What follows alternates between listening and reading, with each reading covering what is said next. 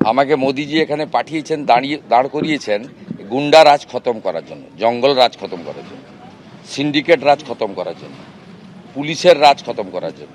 এখানে কিছু ডেকোরেটরের টেম্পোরারি একটা ক্যাম্প বানানোর জন্য বাস যাচ্ছে, সেটা আটকেছে কোন জায়গায় দেখুন।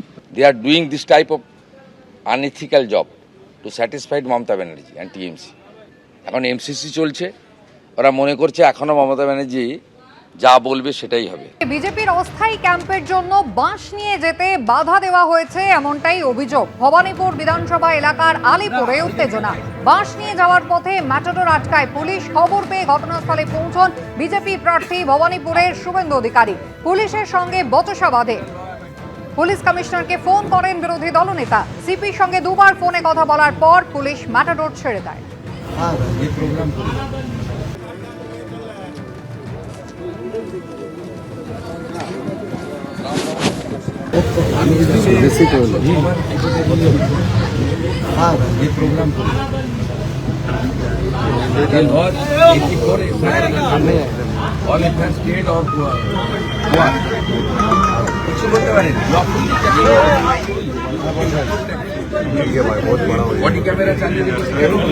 মমতা ব্যানার্জিকে স্যাটিসফাইড করার চেষ্টা। ওনার বিরুদ্ধে কেউ এখানে প্রচার করতে পারবে না, ফ্ল্যাগ লাগাতে পারবে না, ওয়ালিং করতে পারবে না, পোস্টার লাগাতে পারবে না, ক্যাম্পেনিং করতে পারবে না, ক্যাম্প বানাতে পারবে না। উনি থাকবেন একাই। এরা সব ভোট দিয়েছে, আপনি জানেন বাই ইলেকশনে পুলিশ বডিগার্ড লাইন থেকে ছাপ্পা মেরেছে হাজারে হাজারে। ভেবেছে যে ওইভাবে চালিয়ে দিবে, এবারে তো করতে দেবো না আমরা। এখানে কিছু ডেকোরেটরের টেম্পোরারি একটা ক্যাম্প বানানোর জন্য বাস যাচ্ছে, সেটা আটকেছে কোন জায়গায় দেখুন। They are doing this type of unethical job to satisfied Mamata Banerjee and TMC. এখন এমসিসি চলছে, ওরা মনে করছে এখনো মমতা ব্যানার্জি যা বলবে সেটাই হবে। কেউ প্রতিবাদ করবে না, কেউ মানবে না।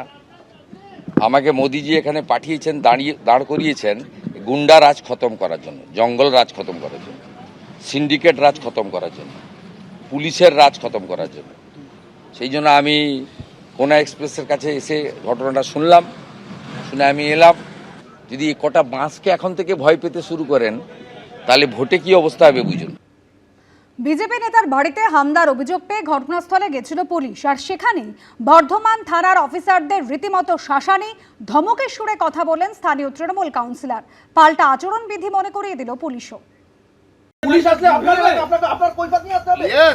কর্তব্যরত পুলিশ অফিসারকে শাসানি, আঙুল তুলে রীতিমতো ধমকের সুরে কথা বলছেন তৃণমূল নেতা। নির্বাচনী আবহে পাল্টা রুখে দাঁড়াচ্ছেন পুলিশ অফিসারও।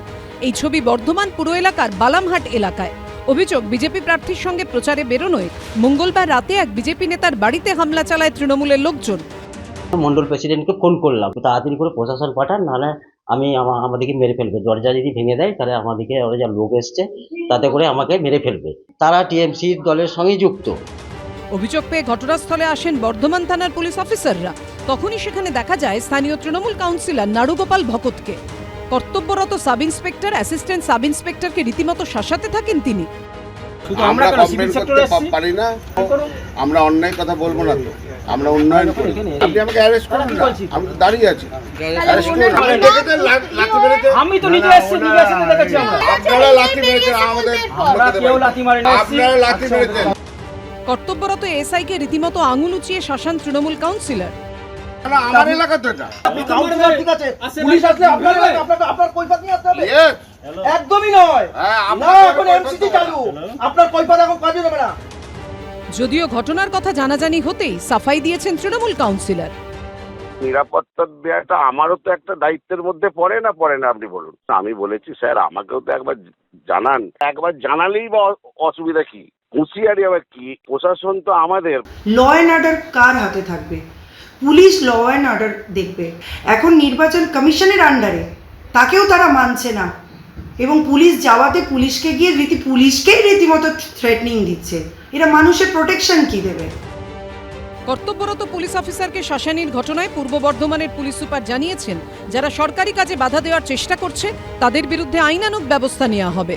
কমল কৃষ্ণদের রিপোর্ট, এবিপি আনন্দ, পূর্ব বর্ধমান।